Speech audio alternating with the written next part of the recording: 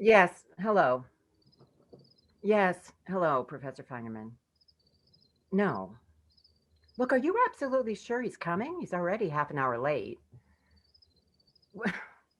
If it's a psychiatric emergency, shouldn't he be going to the ER? Yeah, I'll try to make an evaluation. But his PhD thesis, I mean, that's literally your department. I never got further than first year calculus. Oh, I'm sorry. Yeah, I'm glad his research is so important. Yes, I'll give it my full attention. You don't want to lose him. I understand. Oh, that's what I can. Okay, goodbye, Professor.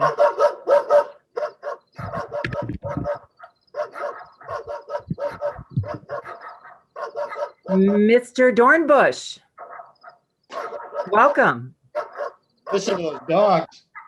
Yeah, sorry about that. They seem to be barking up a storm, don't they? Why they're barking? Well, I'm afraid my neighbors keep them out all day. No, that's not why. Do you believe dogs can predict earthquakes? I'm not sure I have an opinion on that. Well, they can. Various animals have precognitive abilities. Bees flee their hives before a tsunami. Wildebeest stampede before a thunderstorm. And the number of missing cats rises significantly before a seismic event. You have any cats? They might not be coming back. No cats, no dog, no wildebeests. So, Mr. Dornbush, how can I help you? You could start by not calling me Mr. Dornbush. I see. I'm Wendell. Okay, Wendell. I'm SARA. I'd rather not address you by your name. It's a form of manipulation using those names. See. Okay. Are you going to keep saying that? I see. That was rude. I'm sorry. And I am aware of that, and I am apt to be rude again. You don't seem to want to have to get used to it. Wendell, you don't seem to want to be here. Well, you know very well Mr. Feinerman forced me to come. If I don't consult a therapist, he's going to boot me out of the PhD program, and he's afraid of me. Mm-hmm. And I don't blame him. In his place, I'd be terrified. What is he afraid of, Wendell? How much do you know about the mathematics of coincidence? Not a thing. Neither does Feinerman. These dogs are like jackhammers.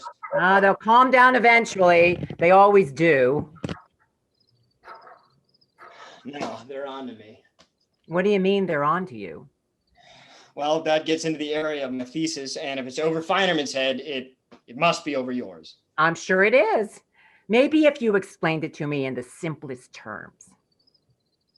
The fundamental problem in coincidence is to calculate the chances of two people meeting given certain boundary conditions.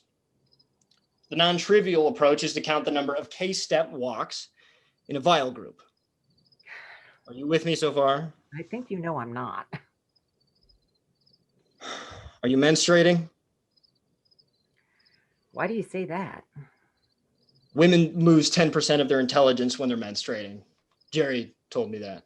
And who is JERI? JERI's a PhD candidate in molecular biology. We're roommates. Bitch. Who's the bitch, JERI? Are you mad at JERI? Wendell, sorry. Are you mad at JERI for some reason? Wendell, from what Professor Feinerman told me, you're on the verge of a mathematical breakthrough, something publishable. Publishable? It's world class. It's prize-worthy. Mm-hmm. But you're also going through some sort of personal crisis. I'm not the one in crisis. It's the world around me that's in crisis. I would like to help you any way I can.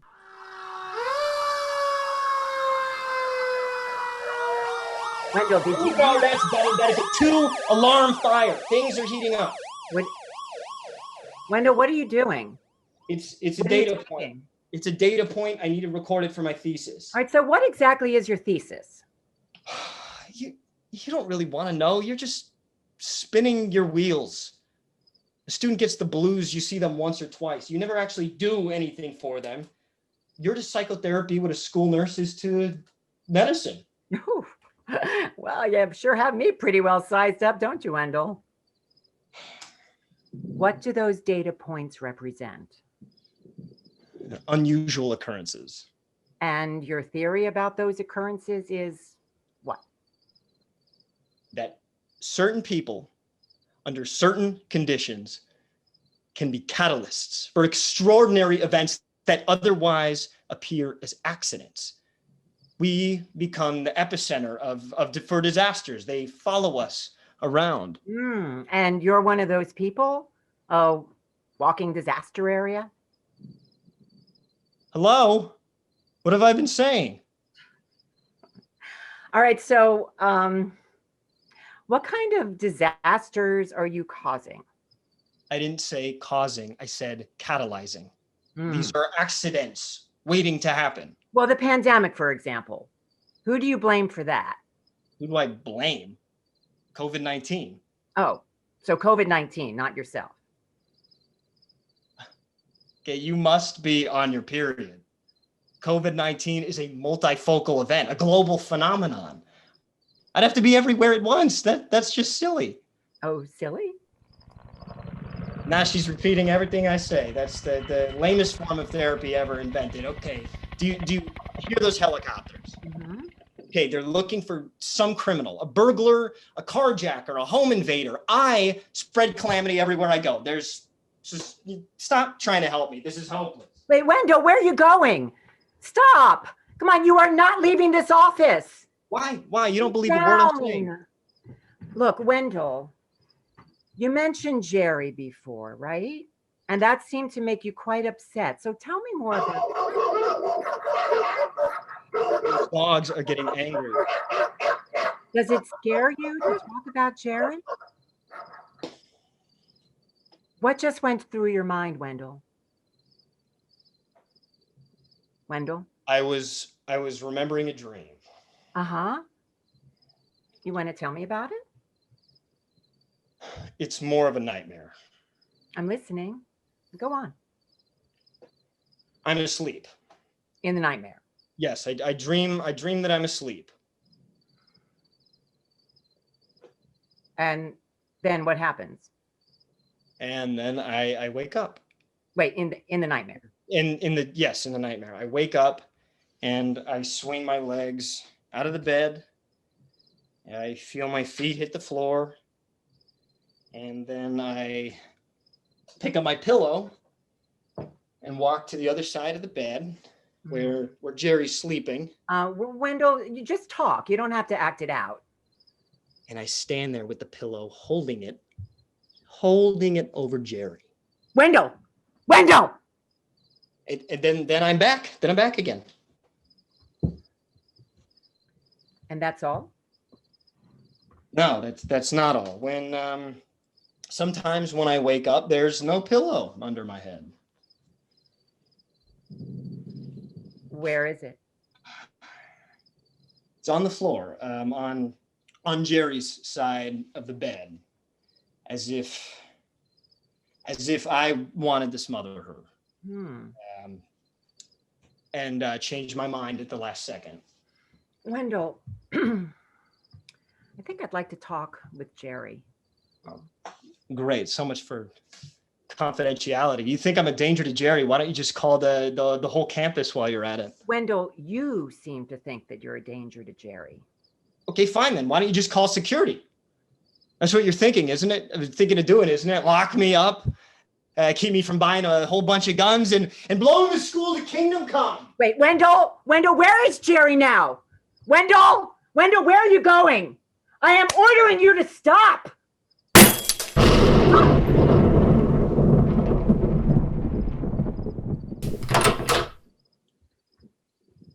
Did that just happen? Did that light bulb just blow out? Who are you?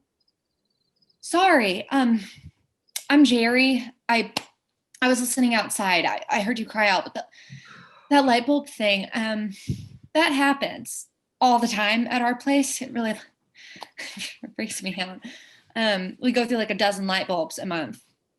I called an electrician. He said there's nothing wrong with the wiring. Are you okay, Professor? You sounded really frightened. It's really nice to meet you. Do you happen to know what those helicopters are all about? I just heard it on campus radio. I mean, somebody broke into the provost's house. They took the guy to jail, but they're making sure he was working alone.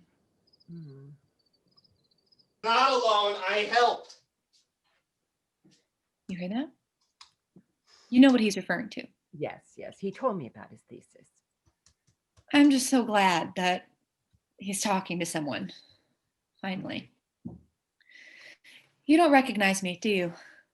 No. Should I? Psych 100. I gave you a great eval. I didn't know you did therapy. You never mentioned it in class. He's got nothing to show for it. That's why. Wendell, I warned you not to be rude, didn't I? She's trying to help you. You have to give her a chance. Were you waiting outside the whole time? Yes, I drive him everywhere and wait for him if necessary. And ditch me, eventually. He's always saying that, and I never would do that, ever. She's lying. She thinks about it all the time. Is that true, JERI? Well, he isn't the easiest person to live with. But leave him, no way. There's been enough of that in his life. So, what's been hard for you? Oh my God. He's really demanding. He got so much attention as a baby that it spoiled him rotten. Yeah, you should ask to see his mother's diary. From the time he was born, she kept a daily record. His weight, his height, every new word, everything he did and said, his bowel movements, every sign of new puberty, just thousands of pages until his dad left him. He got sick of competing for the attention, I think. Wendell and his mom, they were like an egg. And there was a shell around them, and his dad just couldn't penetrate it. Nobody could. She wouldn't let anybody near her precious boy. He never had any friends growing up. I'm literally his first friend. So do you ever fight? Wendell, do you mind if I tell her? How do I know until you say it? He's always saying, bitch. He'll be slaving away at his thesis and suddenly his face gets all scrunchy and he just goes, bitch. So how else does he show his anger? She wants to know if I'm ever violent. Wendell? No, he wouldn't even swat at a fly. Literally, I have to kill them myself. And there've been so many lately. I've called exterminators. They come, they spray, and it just doesn't really do any good. The next day, there's just flies everywhere. And Wendell blames himself. Oh, he takes total credit. No, it's all part of his thesis. The violent, no. Just like only in my nightmares, I guess. Wait a minute. You're having nightmares too? Sometimes I dream he wants to smother me. He's standing over me with a pillow, but he never goes through with it. Are you sure it's a dream? Wendell, put the pillow down. What she's trying to say is keep away from me.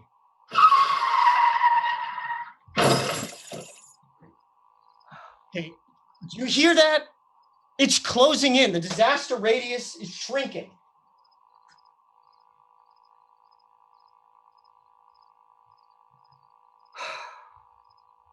Wendell, where are you going? It's another data point. I need a precise description. Oh my God. Did I go after him? No, I don't want you alone with him right now. So you think he is capable of violence? I'm not sure what he's capable of. Or how much he's responsible for.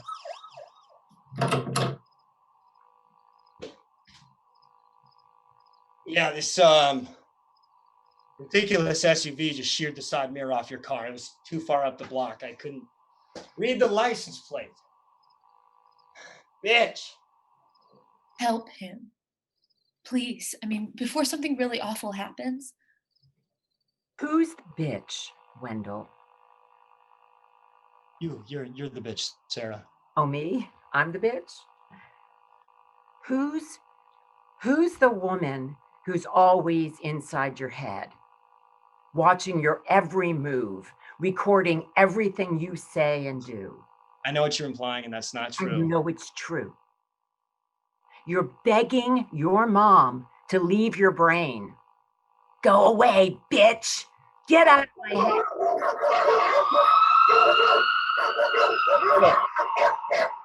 I know we just met, and I can't pretend to know everything about you, but I think JERI's right. Your mom doted on you so much, it didn't leave room for your dad. Now, is that how it felt for you? I barely knew the man, so So you were missing a father figure. She wouldn't let you have one. No friends, no mentors, just you and your mom in total isolation. Dad was gone. He'd barely been there anyway. So, all right. So, see if this makes any sense. You made yourself into a father figure, a tower of strength with all kinds of magical abilities. You were a total whiz at math, which fed the fantasy, right? You started thinking that you were all powerful, a malignant god, a source of disaster, all stemming from that first disaster, the day your dad left. Are you with me so far? I'm not a malignant person. Nobody's calling you that, Wendell. I've never heard anyone deliberately. Oh, no. He's telling the truth about that. Yeah. Okay. So now you're in grad school, and along comes JERI. JERI loves you. She looks after you, and you let her treat you like a baby.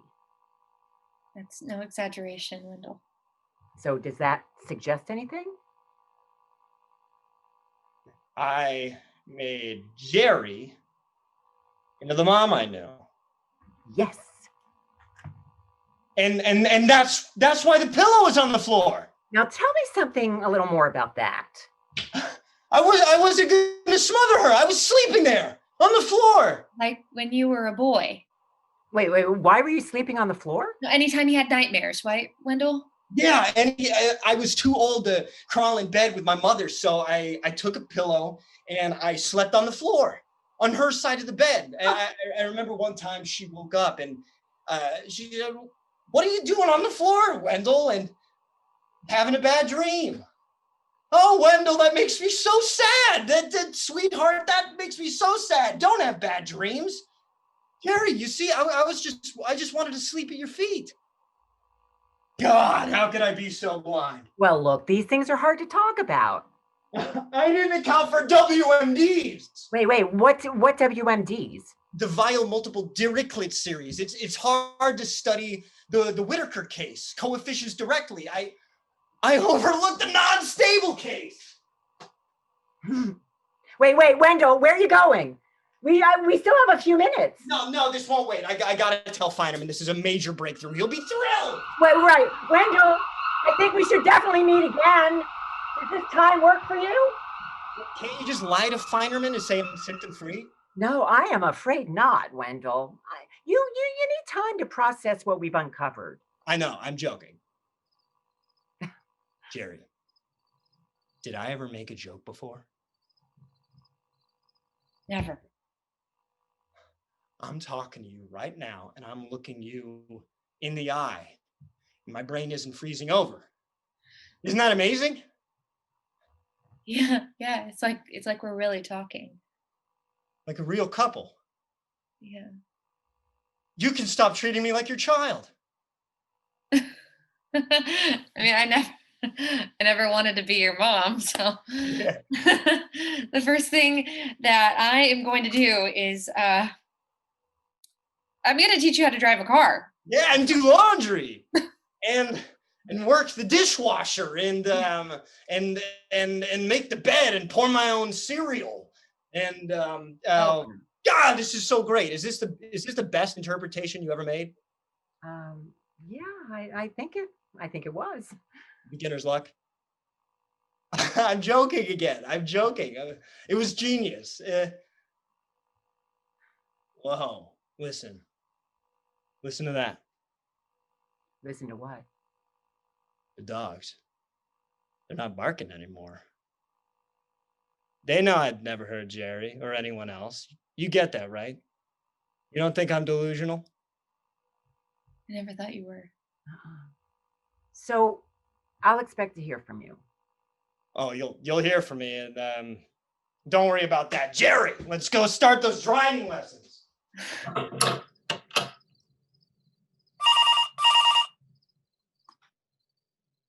Yes, hello?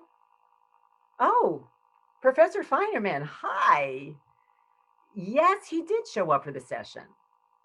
Oh, yeah, I think it was very productive.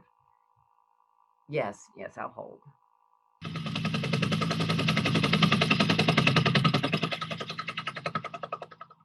Yeah, I'm here. Oh, really? That was Wendell. He called you right away. Did he say that he had found a flaw in his thesis? Oh, a great leap forward, really. Tell me, are you hearing helicopters where you are?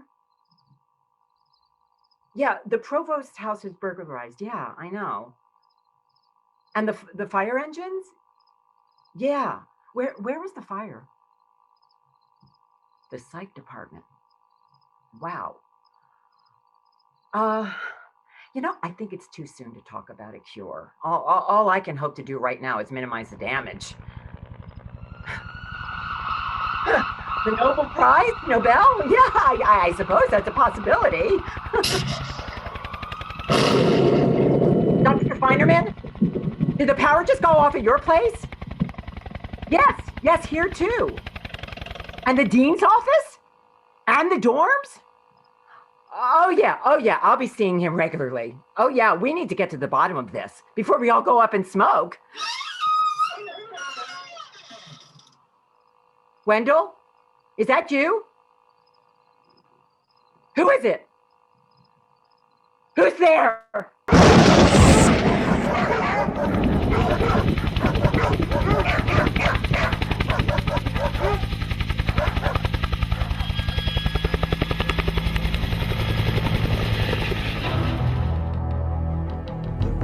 Below me, the rhythm of the heat, the rhythm is around me, the rhythm has control, the rhythm is inside me, the rhythm has my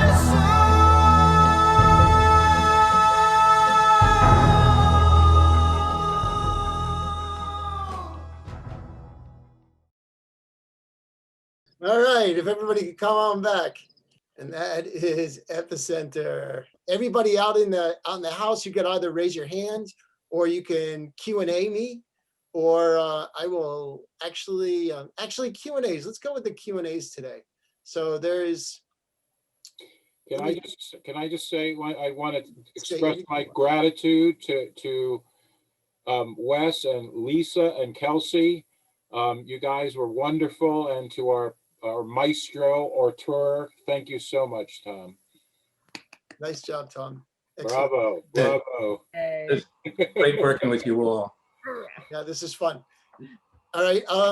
So I have opened up the chat to everybody. So if you guys want to, if our audience wants to chat anything in, you could also ask questions to the Q&A, or you could raise your hands. Peter Flood, I see you're the first person with your hand up. I'm not sure if that was from before or if that's now, but I'm going to ask the first question to Tom.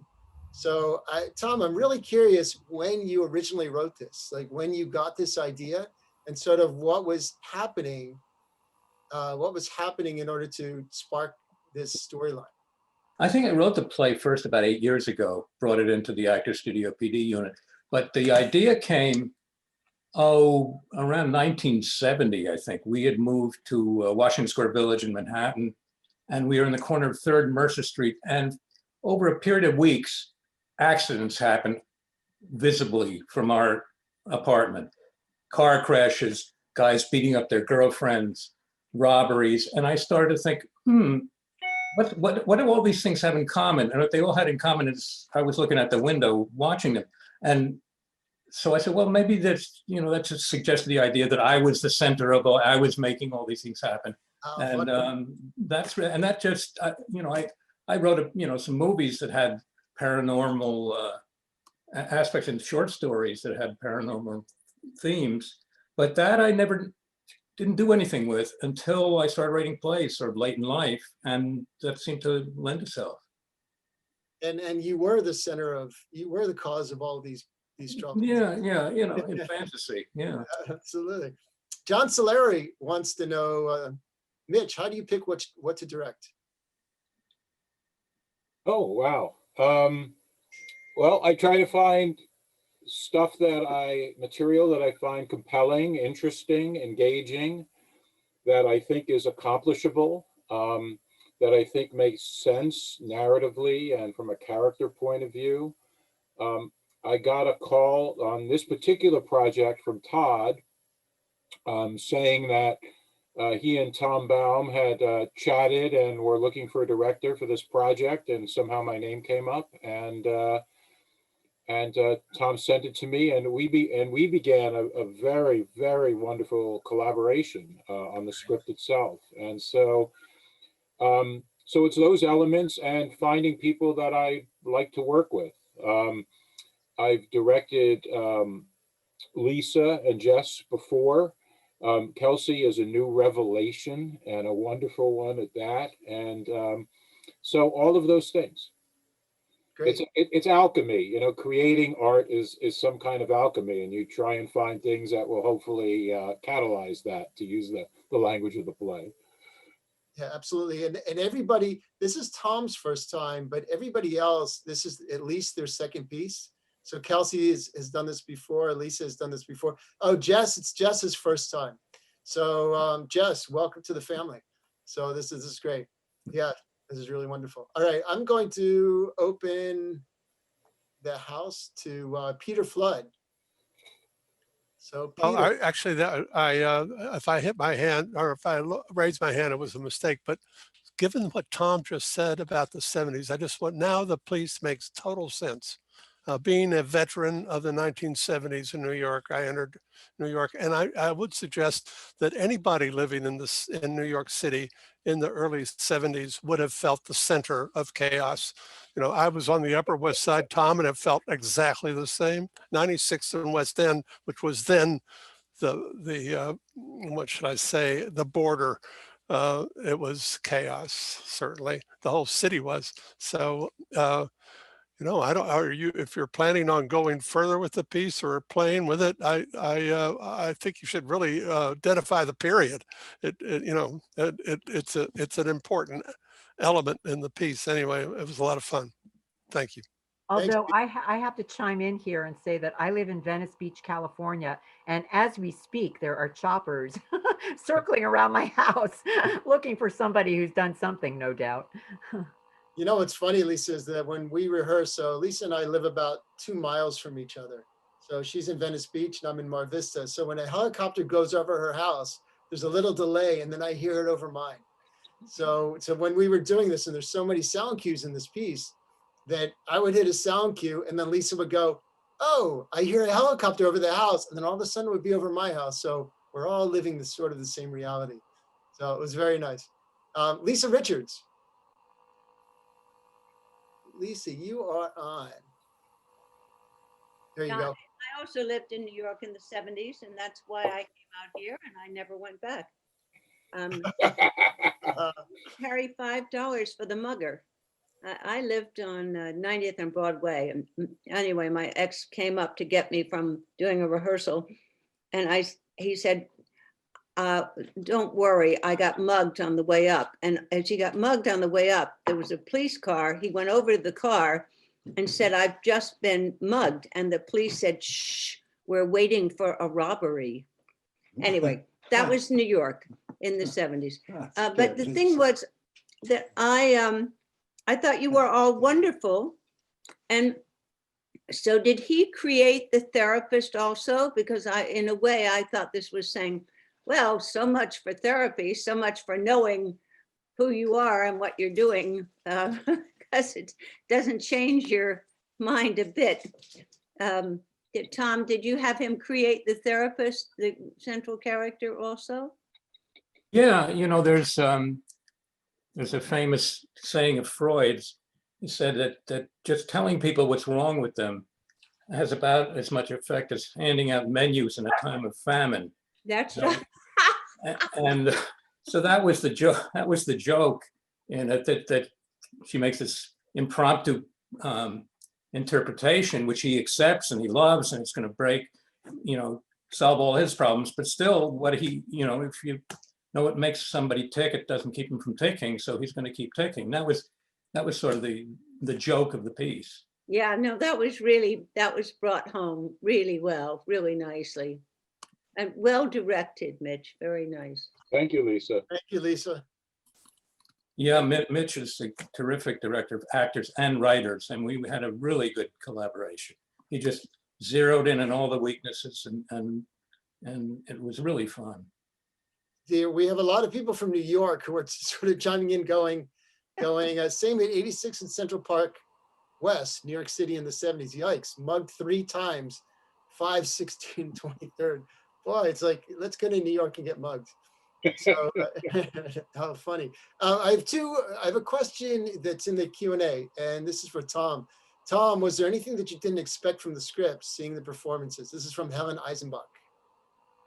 Oh, hi, Helen. I didn't, you know, it's better than I imagined, because I had written in my mind, and I think when it was done at the studio, I imagined a kind of very nerdy Wendell. And what Jess brought to it was so new and so important and so, you know, I think really helped the piece. It was a completely different kind of Wendell than I imagined. You know, I imagined him as kind of an Asperger's case, and the wild man thing just worked beautifully. And you got Lisa, you know, your family has a therapy background, a psychological background, and you brought that to it. And Kelsey, you know, the script says somebody shockingly beautiful and very smart, and you brought both of those things. Thank you, Tom. Fantastic. For Mitch, this is from Errol Rappaport. He says, I love your work. How do you see the future for plays in New York? Well, I wish I had a crystal ball. Thank you, Errol, for being here. You know, who the heck knows? I mean, theater is millennia old, and it always returns, and it's always a vital part of our culture and cultures. And I have faith that it will be again. You know, it's going to be different, you know, the way, you know, we can't sit shoulder to shoulder the way we once did, probably, or at least for a while. But I have every confidence that theater will emerge and be strong and be a response to what this tragedy. I'm actually working on a piece with the LA Philharmonic and Gustavo Dudamel that's about a response to COVID. And I think a lot of our lives as artists will be responding to this miserable time that we have, you know, been wallowing in, and that will emerge hopefully with light. You know, going from darkness to light is the essence of, I think, what the human journey is. And Helen just says, I'm in New York now, safe as houses. So, and then Susan just says, lived at 73rd in Columbus from 76 through 84. Pushers on my stoop, the blackout and Lenin being shot around the corner for me. Can't say that I thought I caused them. Very funny. All right, Robert Mobley. So you are going to be up. There you go. So you should. Okay. There you go, Robert. You're up. Can you hear me? Yes. Oh, I thoroughly enjoyed this. It was really wonderful, Tom. The acting was fantastic, and you all are just so wonderful with comedy. And I'm just I don't know. I'm just addicted to like watching good acting and good comedies, and I just thought it was fantastic. It was very engaging, and I love the characters. And I don't see the other actor. Was it Jess? Yes. Jess, I just I loved the character that you created. It was really I don't know, it just pulled me in. And thank you so much. This is my first time on the Smartphone Theater, Oh, and great. I'm so glad that I was able to you know, check in. And I look forward to more. And it's great seeing you, Lisa. We're in a class together, sort of bi-coastal. This is Wow, a wonderful Zoom. actor, by the way. Like incredible. Yeah, but thank you so much. I really enjoyed it. Keep coming back, Robert. I Well, will. I'll put you on the list. Okay, cool. Okay, thanks. All right, Gina Acosta. Hi, you guys. Can you hear me? Yeah, go for it. Hi. Well, first of all, congratulations, Tom. Welcome to Smartphone Theater. It was such a joy. It was so fun. And I have to echo what Robert said a minute ago with Jess's characterization. It was, I was scared. I was scared of him, but it was really, really great. And Mitch, wonderful direction. And Lisa, I think you should put your shingle out and just start taking people in. Congratulations to you guys. It was really, really enjoyable. And Tom, it was great seeing you come up. Thank you so much. Thanks, Gina. Thank you. We'll see you next week. Oh boy. Yeah, Oh boy, can't wait. it's so true. Yeah, we're excited. All right, thanks, Gina. So I have a question for like Jess and sort of it's a cast question because Jess, this is your first time, and Kelsey, it's your second time. Kelsey's calling in from Oklahoma, right? Mhm. So Oklahoma, everybody else is LA. This is sort of the beauty to everything. So Jess, since this is your first time, have you done any other digital stages yet? Or is this your first Zoom performance? Not on a performance aspect. I've done like some auditions and stuff, but not a play between where you have to talk to a bunch of people and get your internet right. Yeah. And all that shit. All that stuff, all that. But my God. I have to tell everybody out there that the hardest thing is actually technical. It's just getting the computer right and get everything else performance-wise, actors, they're beautiful. But I'll tell you something, technically, once we press all the right buttons, life is beautiful. But sometimes it takes a little tweaking. So from each show. So Jess, so my question to you is, so your character, so Wendell and JERI, what was it like developing a character or developing a relationship with Kelsey's character, JERI, over Zoom? It was extremely hard. And it was hard. It was absolutely hard because, and also I have the script over on the computer. And I'm also trying to get over my Zoom cynicism.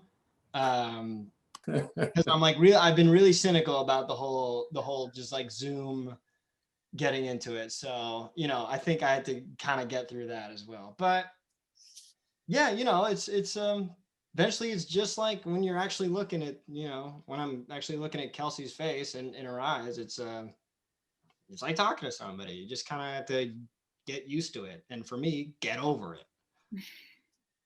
So I like your cynicism, by the way. It plays really well. yeah, the internet was really driving me crazy. I was so mad. Yeah, no, it's excellent. Kelsey, what about for you? You know, I think because the previous project I worked on, we worked on it for so long. So there was more time to sort of like get used to this process. And I think, and Mitch is brilliant in the sense that he's able to just kind of allow us to feel freedom and put something together much more quickly and still feel grounded in the characters. But I agree. I mean, I've tried to stay optimistic because I think naturally I just have to stay in that headspace or else I become like a toad. But I think that it would be electric if this play were to be, you know, even a long form of a one act, and then being able to like physically touch Jess would be, obviously there's something about that changes everything for us. Also, I think that JERI in this play, she's there as a support system, and she's there to like sound the alarm bell, you know, so to speak. But as far as being able to really discover more pieces, I think there's just, I want to always dig deeper. I'm addicted in that way.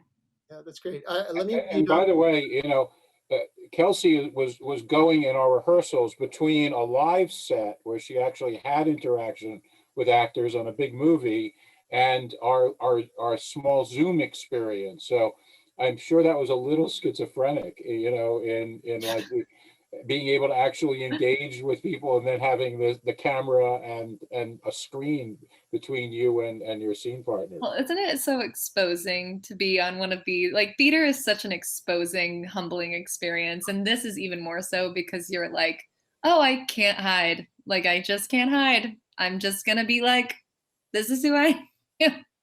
This is who JERI is. So I think that there's humility in that. And I agree. Jess and Lisa are brilliant, and I'm just lucky to be here. That's the truth. And we're lucky to have you. All right, Stu Berg, you're up.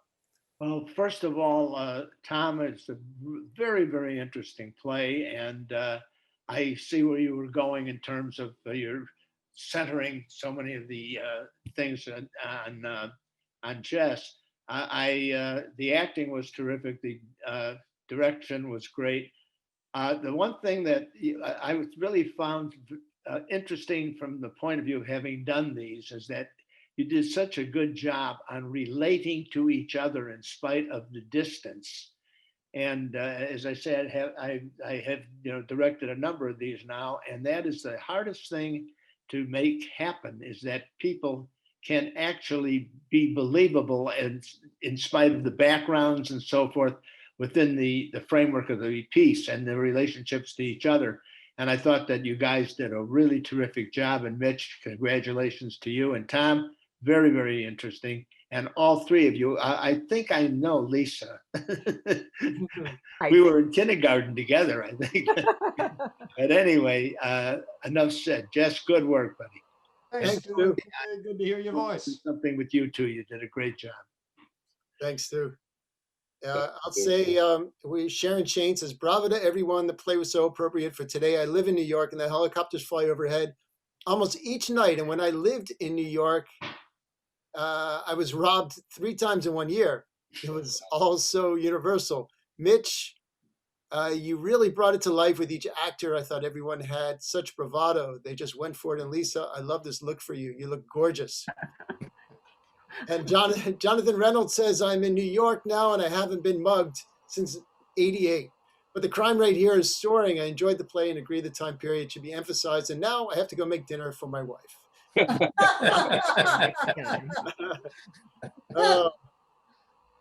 then Michelle says, hello, Asaka Michelle. Great to see you. Thank you, Todd. Really great performance. Thank you for inviting me. I'm so glad you came. Keep coming. And that's true for everybody. Keep coming every week. So we're at about 5 of, and we're going to start to wind down. If anybody has any other questions, just type them in or raise your hand. Oh, wait a minute, Barry. Barry, your last name just got covered up, but Barry M. Can you hear us? I think, it looks like I'm talking. Yes. Great collaboration. This was such a fun bit of theater. Tom, great play. Mitch, of course, great direction. I love the acting. One thing that I kind of got from this is obviously acting on a stage or in a big auditorium. This is so intimate, and everybody is so close and relating to each other. And Kelsey was actually the closest one to the camera, and the way that a lot of times you spoke so softly and offhand, and your facial expressions when the others were talking to you was great, and it made it so intimate and so real. So, and I love all 3 characters. They were great, and the differences and how they related to each other. And yeah, Jess, you were kind of scary. Really added an element. So thank you guys for doing this. This was awesome. And I was hysterical I'm glad the sound wasn't on, because I was hysterical at several points in the production. Just very funny. Good, good, good. Thank you, Barry. All right, and we're gonna go to, oh, I just want to comment. So this is that's one of the great things about digital stage smartphone theater is it is very intimate. It's, theater, there's a distance between you and the audience, obviously. Here, it's this hybrid, so you do get in people's faces. So it is, when it's done right, it's a very personal experience. So thank you for bringing that up. So Jane Mandel, you are up. Jane, so you just need to unmute yourself. Jane, just unmute yourself. Hi, There you no, go. that was a mistake, but I absolutely loved it. And I was surprised. Sorry, but I've seen these things, my husband and I both. This is the best by far that we're sitting in front of a computer in our living room. You guys did great. Tom, wonderful. We love the actors. You guys were great. So thank you. Great, thank Very you. much. Come back, keep coming back. Yes, I love that people say, look, I've seen Zoom theater in the past and yours is by far the best. So keep coming back because we keep on pushing the envelope. So who knows what's going to happen next week. All right. So that said, it's almost 6 o'clock. I just want to say one thing, to thank two things.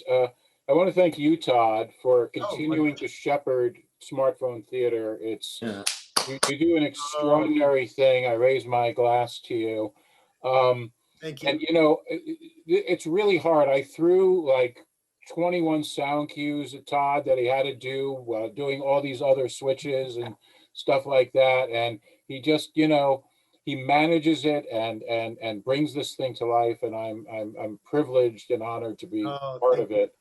And I want to say I so appreciate all the many comments that have come in. Casting truly is 90% of what I do, and I'm just so proud of these three. And I actually, as I was reading the play, I thought of Jess for Wendell, and then I thought of Lisa, and then I was looking for a JERI. And went through a lot of different videotapes and saw her, and I was just like, oh my God, yes. So thank you again, wonderful actors, and to our maestro and author. Indeed, and it's always a pleasure. Mitch, I feel like we go back 20 years, but it's always a pleasure, and each one of you is just fantastic. So it's these every week, these make me smile. So this is the whole point. And obviously the whole audience as well. So because our audience is growing and growing and growing. And that's the whole point, is just to keep us creating and connected. So. Wait, Todd, what is the website that we go to for donation? Thank you, Tom. Smartphonetheater.com. So smartphonetheater.com, there is at the very top of the page, it will say tip jar, and then you could also donate at the very bottom of the page. So thank you for asking, Tom. Hey, Tom, maybe you could introduce that person who's walking behind you. It's Carol. This is my wife of 57 years. Oh, hello, Carol. Congratulations. You're doing a great job. I've been hearing about it, but not allowed into the room. Tom is a nervous Nelly, but I think he's happy now. Yeah, I was walking around I tend to walk around with my vodka in hand. I said I put it in my own room, but I made him stop. Anyway, it was great. Thank you all. Thank you. Great to meet you. Great to see you, Carol. Great to see you. All right, everybody. If there's nothing else, then we will see you next Friday for Gina Costas. And everybody have a happy second night of Hanukkah and the rest of Hanukkah. Have a wonderful weekend. Stay safe, stay healthy. And to the cast, I'm going to send you guys a new link right now. So don't go far. And everybody else, we'll see you soon. Thanks for a great hour. Okay. Hear everybody's voices. Bye, everybody. Bye. Bye.